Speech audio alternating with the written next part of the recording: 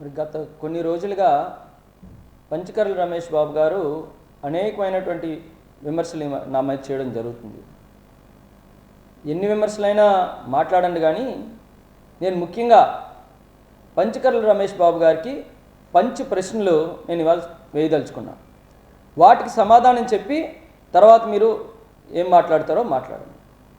మొదటిగా అసలు ఈ పెందుర్తి నియోజకవర్గానికి మీరు చేసిందేంటి? మీ హయాంలో మీరు తీసుకొచ్చినట్టు ఒక సంస్థ కానీ, ఒక కంపెనీ కానీ, ఒక యూనివర్సిటీ కానీ, కనీసం ఒక హాస్పిటల్ కానీ మీరు తీసుకొచ్చారా అంటే చెప్పండి.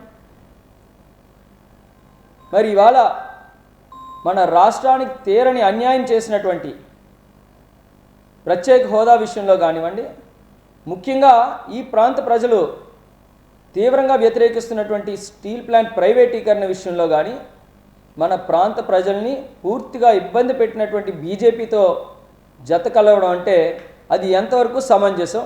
ఏ కారణంతో మీరు కేవలం మీ రాజకీయ ప్రయోజనాల నిజంగా భవిష్యత్తును ఆలోచించి తీసుకున్నారన్నటువంటిది రెండో ప్రశ్న. మరి మన ఆంధ్ర రాష్ట్రానికి తీరనైనటువంటి అన్యాయం చేసి ప్రత్యేక హోదా విషయంలో కానివ్వండి, స్టీల్ ప్లాంట్ విషయంలో కానివ్వండి, వాళ్ళు పూర్తిగా అన్యాయం చేసినటువంటి నరేంద్ర మోడీ గారితో మళ్ళీ స్టీల్ ప్లాంట్ ప్రైవేటీకరణ అనేటువంటి అంశాన్ని వెనక్కి తీసుకుంటామని చెప్పించేటువంటి దమ్ము మీకుందా?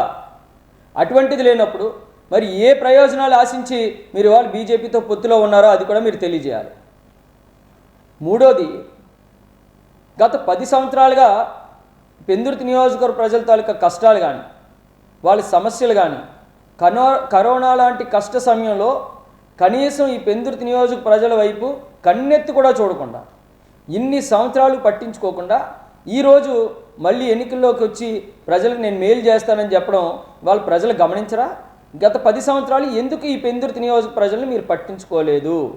మీరున్నటువంటి 5 సంవత్సరాల్లో కానీ, ఈ 10 సంవత్సరాల్లో కానీ పంచగ్రామాల సమస్యకు సంబంధించి కానీ, తాడి తరలింపు విషయం కానీ మీరు తీసుకున్నటువంటి చర్యలు ఏంటి?